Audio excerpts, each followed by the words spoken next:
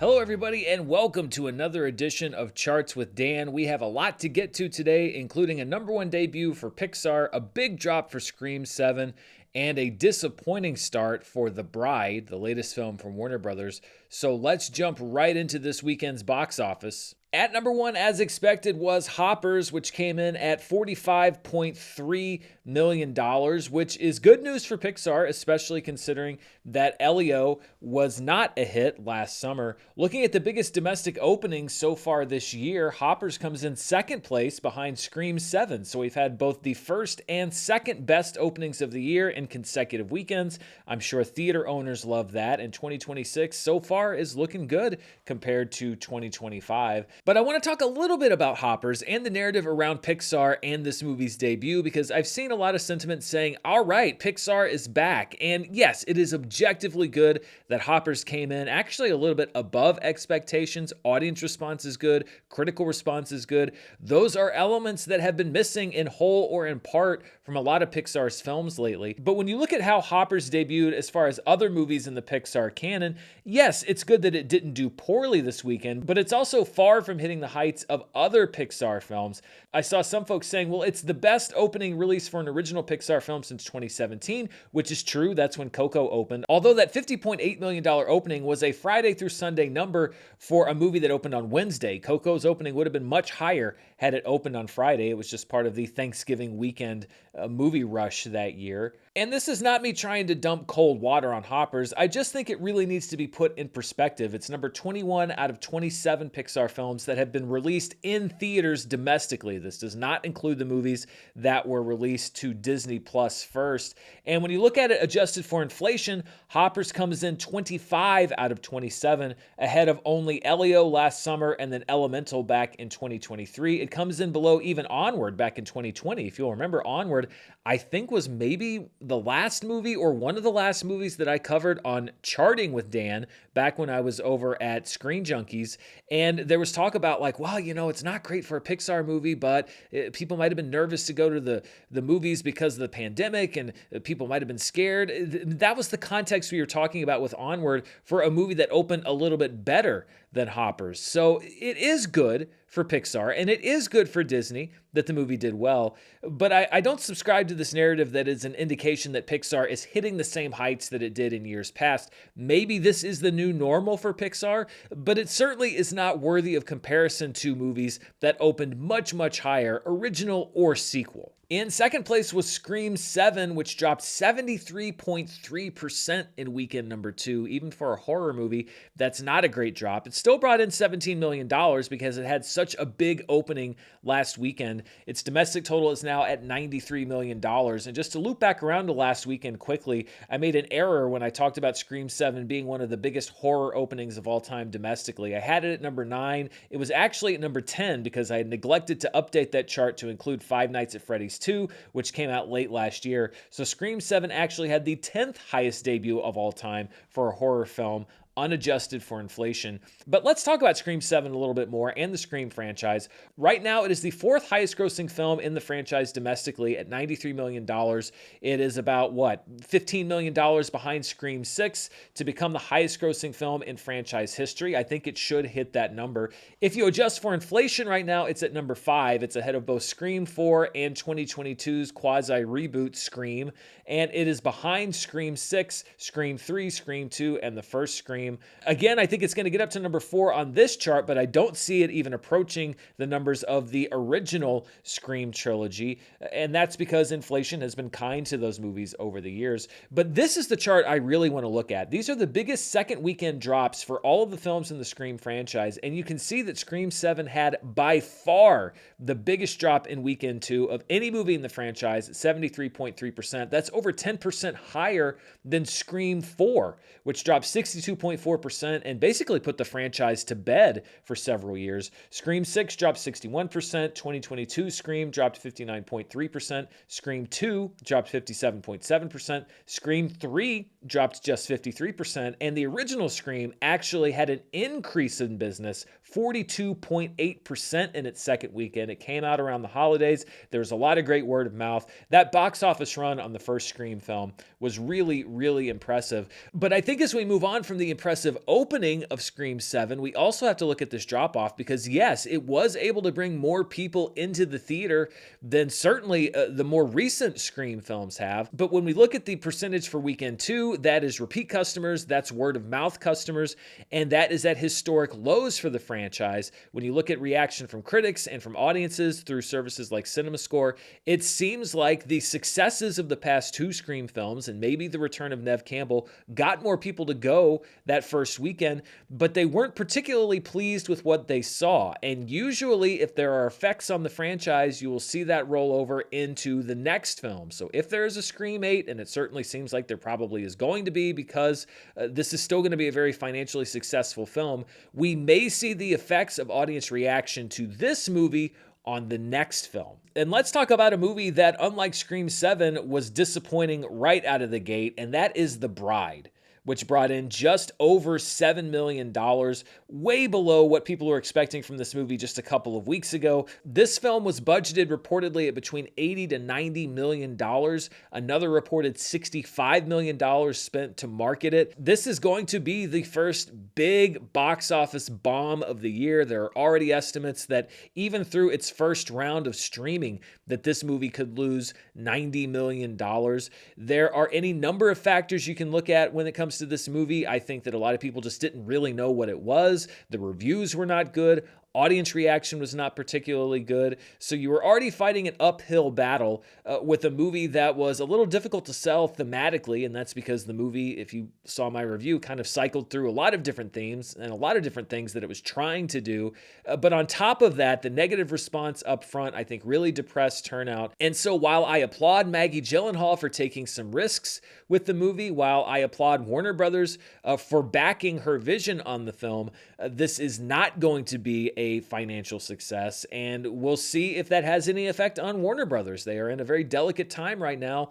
Michael DeLuca and Pam Abdi had a great 2025, not off to a great start with 2026. Wuthering Heights did okay. The Bride is not going to be a financial success, and we'll see what happens with the rest of the studio slate. If we don't see some big successes, then there might be some pressure on them as Paramount Skydance looks to figure out what the new structure of the studio is going to be. Also, and this is really just apropos of nothing, I think it's very interesting that the first 2 major releases from Warner Brothers this year had basically the same poster, but that is neither here nor there.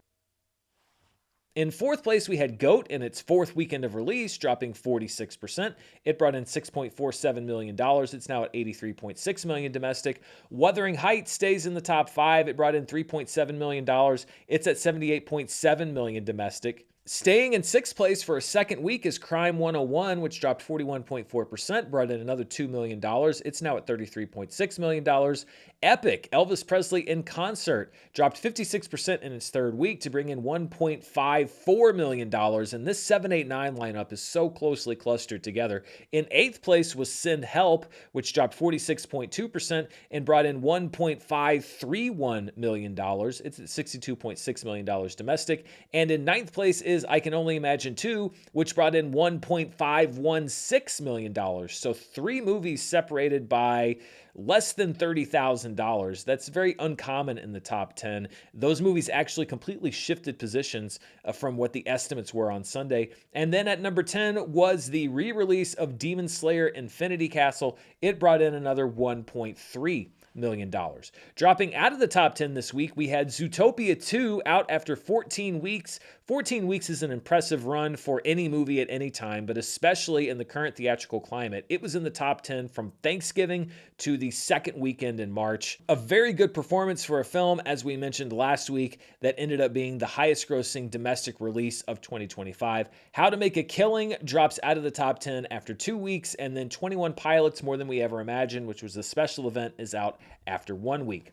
Looking at the biggest theater count changes this past weekend, I Can Only Imagine 2 lost a big chunk of theaters, 1,271. It's still in 1,834. How to Make a Killing lost the vast majority of its theaters. It lost 1,224. It's only in 502. Psycho Killer, which opened out of the top 10, this might be the first time I've mentioned the movie here on the show, lost almost all of its theaters, 1,020 of them. It's in just 80 nationwide. Send Help lost 850 theaters. It's still in 1,650. And Solo Mio lost over half of its theaters. It lost 850 of them. It's still in 650. Looking at the 2026 box office versus the 2025 box office, we saw on last week's show that the opening of Scream 7 catapulted the box office this year way higher than it was on the same weekend last year, and we saw a similar result this past weekend. This year's box office was up 70.3% over the same weekend in 2025, which saw the disappointing opening of Mickey 17, and that's due to Hoppers having a good #1 opening mainly, but also a little bit more strength in the top 5. So the first 2 weeks in March, substantial improvements so far in 2026 over the first 2 weekends of March 2025. Of course, this weekend we'll be looking at the box office, but it's also the Academy Awards. And this week's Charts with Dan trivia question is about the Oscars and the box office. I want to know, other than Avatar and Avatar: The Way of Water, because that would be easy, what is the highest grossing Best Picture nominee domestically and actually worldwide that did not win Best Picture? This is unadjusted for inflation. So other than the 2 Avatar films, the highest grossing Best Picture nominee that didn't win Best Picture, don't overthink it because you don't have to go back too far. The answer is Top Gun: Maverick, a Best Picture nominee. Also one of the highest grossing films of all time, I think in the top 20, both domestically and worldwide. We will see how Sinners does at the Academy Awards this weekend because it is the highest grossing movie among the batch of Best Picture nominees. If it's able to win, we'll check out the last time that the highest grossing film in the Best Picture race actually won Best Picture. And staying on the subject of this year's Oscars, on last week's show, after Michael B. Jordan's upset win at the Actor Awards, I asked members here on the channel who they would vote for in this year's Best Actor race. And I've got to be honest, I was a bit surprised, not at who won, but by the degree of that win. Michael B. Jordan ran away with this poll. 73 members said that they would vote for Michael B. Jordan in this year's Best Actor race. Second place was 22 votes, and it was Ethan Hawke. Timothée Chalamet comes in third with 21 votes, with Wagner Moura getting 7 votes, and poor Leonardo DiCaprio. I mean, come on, he was really good in One Battle After Another. He got just 2 votes.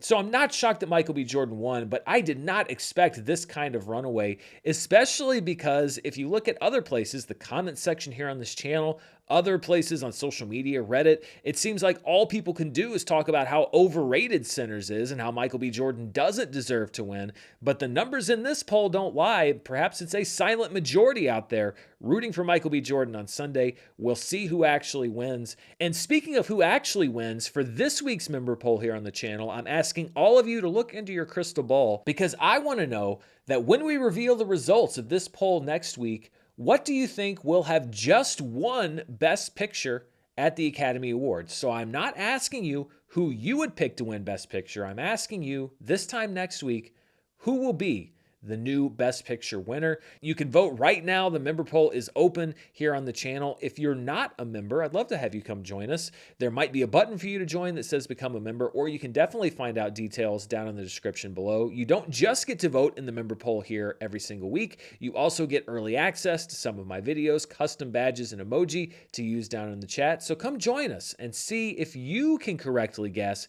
who's going to win Best Picture. Of course, my video where I predict who will win at the Academy Awards will be out here on the channel later this week. We have so much more to get to this week, but before we do, I want to thank the sponsor for this episode, AG1. As we head into March, a lot of people are hitting the road for spring break, but that doesn't mean you have to take a break from doing what's good for your body with AG1, which provides an easy way to stay on track with their travel packs. AG1 is a daily drink clinically shown to support gut health and fill in nutrient gaps with over 75 ingredients, replacing the need for a daily multivitamin, probiotic, and more. I have spent, and I totaled this up yesterday, 45 of the last 76 days away from home. But AG1 and AG1 travel packs have helped me keep my morning routine of drinking AG1 intact. And you know what? A little consistency isn't a bad thing. AG1 simplifies your nutrition with a multivitamin, pre- and probiotic, superfoods, and antioxidants all in one scoop. And AG1 delivers daily immune support, which is always a good thing when you're on the go. This is the perfect time to go into the spring and summer feeling your best as we all get ready to emerge from our winter cocoons and head out into the sun.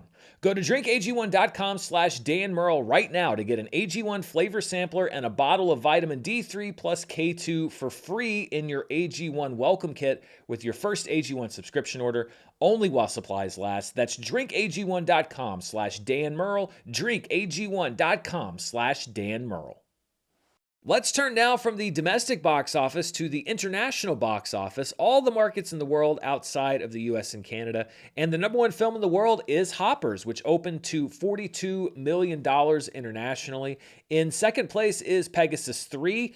Basically, all of that box office coming from China with $23.5 million. That's a 52.5% drop from last weekend. Scream 7 did not drop as dramatically internationally as it did domestically. It brought in another $15.6 million to come in third place. Then we have the South Korean film, The King's Warden, a very good 10% drop in a $13.5 million weekend. And Blades of the Guardians, another film from China, which drops 43.7% to bring in $11.7 million. When you take those international numbers, you combine them with our domestic numbers, we get the top 5 films worldwide. And at number 1, of course, is Hoppers with an $87.3 million debut. Scream 7 overall had a 66% worldwide drop in its second weekend to bring in $32.6 million. Pegasus 3 is at $23.5 million in third place. The King's Warden is in fourth place. And The Bride opens with $13.3 million worldwide, again against an $80 to $90 million production budget. That is not a great opening. And looking at the franchise tracker for Scream by worldwide gross, Scream 7 is now at number 5 at $149.1 million, but it is poised to make some big moves. It's only about $25 million worldwide away from becoming the highest grossing film in franchise history worldwide. Again, I think it's going to hit that number pretty easily, and then we'll see what happens when and if there is a Scream 8. Let's turn now to what I call some of our specialty charts, and we will start with the top per theater averages from this past weekend. At number 1 was Hoppers, which brought in $11,337 per theater in 4,000 theaters. Then in second place, in just 2 theaters with $10,164 per theater, we have the Italian documentary Pompeii Below the Clouds, which is about the Italian city of Naples and the daily reminders that they still sit in the shadow of Mount Vesuvius. In third place, in just 1 theater, is a film called Silver Star, which brought in $6,500. It's about a bank robber and a pregnant teen who go on the run together. Then in fourth place, we have Scream 7 at $4,887 per theater, and The Napa Boys in fifth place, playing in just 2 theaters, bringing in $3,825 per theater. It's a comedy adventure through wine country, and it was directed and co-written, and I believe co-stars Nick Carosi, who was actually a buddy of mine back in my Channel 101 days. So it's nice to see that he's got a movie out there in theaters. Looking at the top films in limited release, at number 1 was Demon Slayer Infinity Castle. It was in 832 theaters and brought in $1.3 million. It is included here in limited release because it went out of release and was brought back into release. The 2026 Oscar shorts brought in over $500,000 in 325 theaters. A lot of folks trying to complete their Oscar death race by watching all of the short films. Dolly opened in 800 theaters and brought in $473,000. Sirat, another Oscar nominee, expanded to 144 theaters and brought in just over $350,000. And Pillion continues to do well in limited release. It's now up to 369 theaters and brought in $341,000. Looking at the 2026 annual domestic box office, this is movies released this year in 2026. Scream 7 is now the highest grossing film of the year domestically at $93 million. That's up 2 spots from last week. GOAT is down to number 2, with Wuthering Heights down at number 3. Send Help is at number 4. Hoppers debuts at number 5 on this chart. Iron Lung drops down 1 spot to number 6, followed by Crime 101, Primate, and 28 Years Later, The Bone Temple. Solo Mio is able to stick at number 10, while Mercy is now out of the 2026 top 10.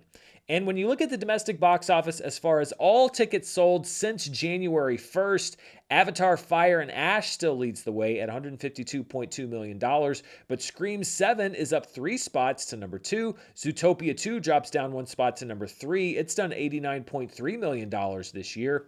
GOAT is at number 4. Wuthering Heights is at number 5. The Housemaid drops down to number 6. Send Help is at number 7, followed by Marty Supreme at number 8. Hoppers debuts on this list at number 9. Iron Lung is at number 10. There was a bit of a glitch as far as the online charts for 2026. So I don't think I had Iron Lung on this chart last week, but it is correctly placed this week. And Anaconda drops out of the annual top 10 when you look at all tickets sold since the first of the year. And this is the 2026 worldwide box office. Pegasus 3 is on the verge of breaking $600 million worldwide. It's at number 1. Wuthering Heights is at $213.6 million worldwide, followed by Blades of the Guardians and Scare Out, 2 films from China. Scream 7 is now the 5th highest grossing film of the year worldwide at $149.1 million. That's up 2 spots from last week. Boonie Bears, The Hidden Protector, and Goat are both down 1 spot. Send Help is at number 8. Hoppers is at number 9 at $87.3 million. Cheburashka 2 is at number 10. And 28 years later, The Bone Temple exits the 2026 worldwide box office top 10. So that's what I've got for you as far as the box office. Let's quickly look at the latest numbers in the world of streaming, and we'll start with the latest numbers that we have from Netflix. New ones will be out later today. This is for the week of February 23rd through March 1st. At number 1 was Bridgerton Season 4. This was the release of that new batch of episodes, which brought in 14.23 million views for the entire season. So they don't break it down by batch. The entire season was watched 14.23 million times, or the equivalent of the entire season this week. Firebreak is at number 2. That's a Netflix original movie at 10.43 million views. Then we have The Night Agent Season 3, which did not see a huge surge in its first full week of availability at 9.96 million views. At number 4 is the Netflix movie Accused at 8.4 million views. Then the movie The Orphans at 7.31 million views. Jurassic World Rebirth debuts on the chart at number 6 at 6.58 million views. K-pop Demon Hunters is starting a new streak. It's now at its second consecutive week in the top 10 after exiting for 1 week. It brought in 6.3 million views. 2019's The Addams Family brought in 6.11 million views at number 8. The Art of Sarah, the Netflix original series, is at number 9 at 6 million views. And then the film Hierarchy rounds out the top 10 at 5.31 million views. And looking at the most watched programs in 2026, The Rip still leads the way at 114.71 million views, the only Netflix program so far this year to break 100 million. His and Hers is at number 2. Bridgerton Season 4 is at number 3 with 66.9 million views for the duration of the entire season. That number should go up next week. People We Meet on Vacations at number 4. K-pop Demon Hunters still a top 5 most watched Netflix program since January 5th of this year at 51.47 million views. The Lincoln Lawyer Season 4 moves up to number 6. Joe's College Road Trip is at number 7. Kidnapped Elizabeth Smart moves down to number 8. Runaway moves down to number 9. And at number 10 is Durandar, which was a big worldwide hit, and especially in India. It's now one of the most watched programs on Netflix this year at 21.93 million views. Let's take a look now at the latest numbers from Nielsen. Now, unlike the Netflix numbers, these are domestic numbers only. They're not global numbers, and they're delayed by about a month. So this is for the week of February 2nd through the 8th. And let's start with the most watched streaming movies. Amazon Prime's The Wrecking Crew still leads the way at 8.56 million hours watched. It was the number 1 movie last week as well. The Investigation of Lucy Letby on Netflix debuts at number 2. And then because it's the beginning of the month and Netflix adds a bunch of movies, we see some random ones pop up here in the top 5. Cop Shop, which is a movie I really like. That's a pandemic era cop movie starring Gerard Butler. It had 4.85 million hours watched. Independence Day at number 4 at 4.38 million hours watched. Night at the Museum is at number 5 with just over 4 million hours watched. Then we have K-pop Demon Hunters at number 6. The Rip at number 7. Mike and Dave Need Wedding Dates is at number 8, followed by Sing at number 9, and 2018's Overboard rounding out the top 10. These were the most watched streaming shows for February 2nd through the 8th. At number 1 was the return of The Lincoln Lawyer with 33.3 million hours watched. This is all seasons of the series. This is not just the new season.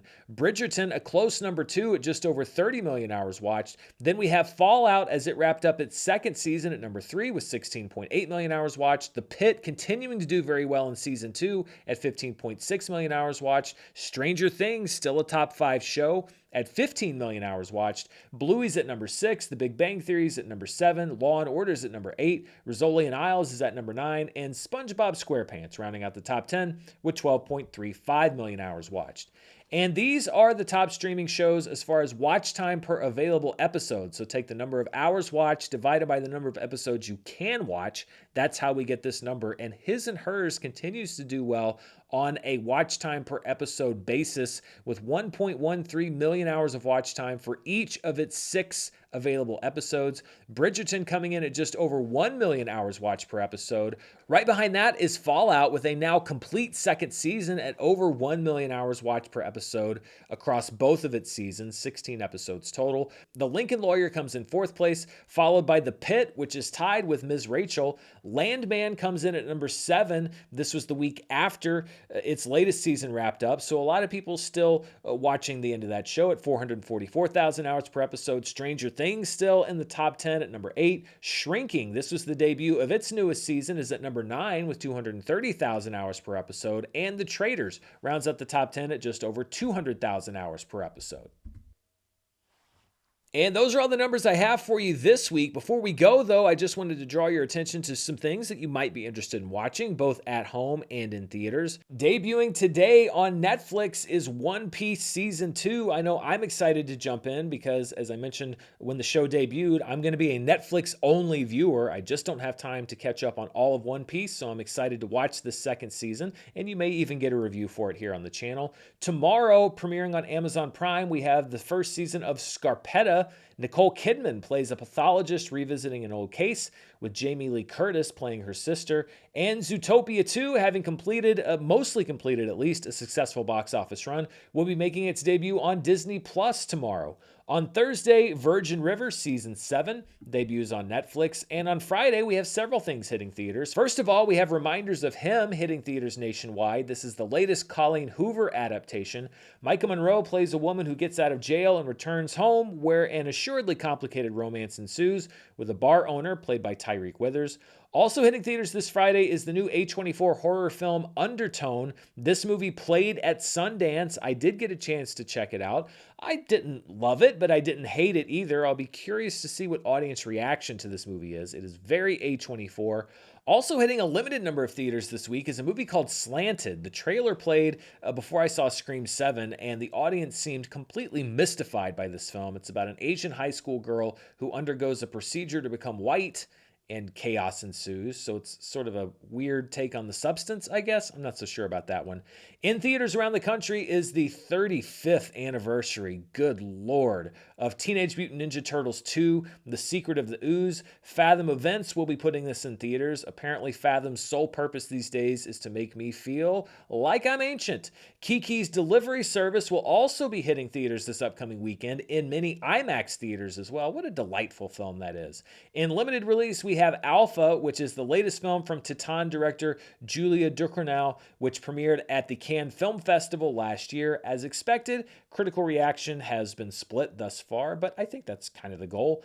On Saturday on Paramount Plus, Taylor Sheridan must have a show on the air 52 weeks a year, and so his newest show, The Madison, debuts on the streaming service. Michelle Pfeiffer and Kurt Russell play the heads of a New York family that moved to Montana. And then on Sunday, the Oscars will air on ABC and Hulu here in the United States, elsewhere around the world. And of course, there will be a lot of Oscar stuff here on the channel this week. I'm still trying to watch my last few movies so that I can make informed picks as to who I think should win each award. But that video will be out here on the channel later this week. Early next Monday morning, I'll have my full recap of the show. And I'll probably be talking about it on my live show tomorrow here on the channel, where you can ask your questions. A quick note for my international viewers, we are now on daylight savings time here in the United States, so the actual air time of my live show will probably change by an hour if you're not here in the US, because we're on a different time, but you're not, so adjust accordingly. But I'll be taking your questions about the Oscars. I'll also be doing full coverage of the Oscars this upcoming week and anything else that might be happening in the world of entertainment. As always, that's all I've got for you this week. Thank you so much for watching. Thank you to AG1 for sponsoring this video. You can find out more info about them in the description below. Until next time, stay safe, and I'll see you then. Bye.